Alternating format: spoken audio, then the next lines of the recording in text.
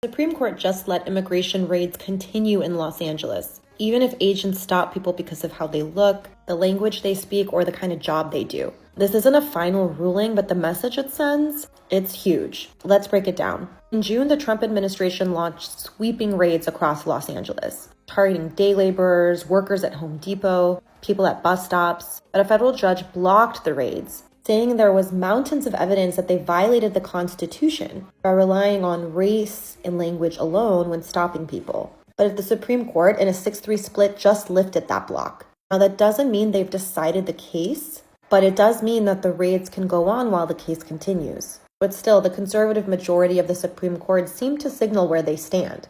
And it's clear that if it were up to them, ICE would win in the end. And this decision is bigger than immigrants who are undocumented. Because if officers are allowed to stop people based on how they look, their accent, the language they're speaking, the job they do, that affects everyone. Think about it. A U.S. citizen who looks quote-unquote foreign and speaks another language could still be stopped, could still be questioned, and maybe even detained where they have to prove their status. In fact, we've seen that happen during this administration. Now, Justice Sotomayor in her dissent said that this opens the door to widespread abuse, and some are calling this legalized racial profiling. Now, I know a lot of people here, you still have rights, and they think, yeah, right, what a joke.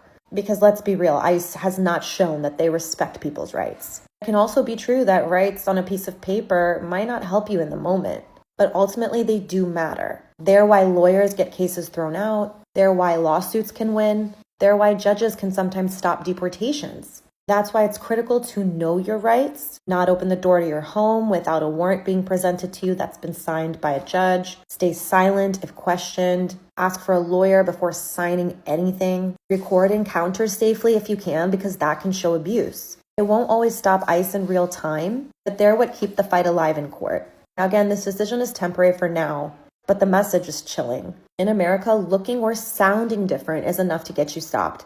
And quite frankly, this is a civil rights issue for all of us. For more immigration news and information, feel free to give us a follow.